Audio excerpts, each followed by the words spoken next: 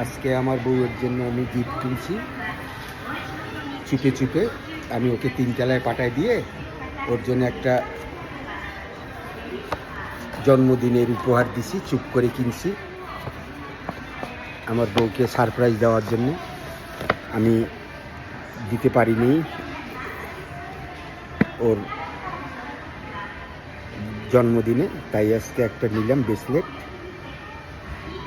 এই যে আমার বউ।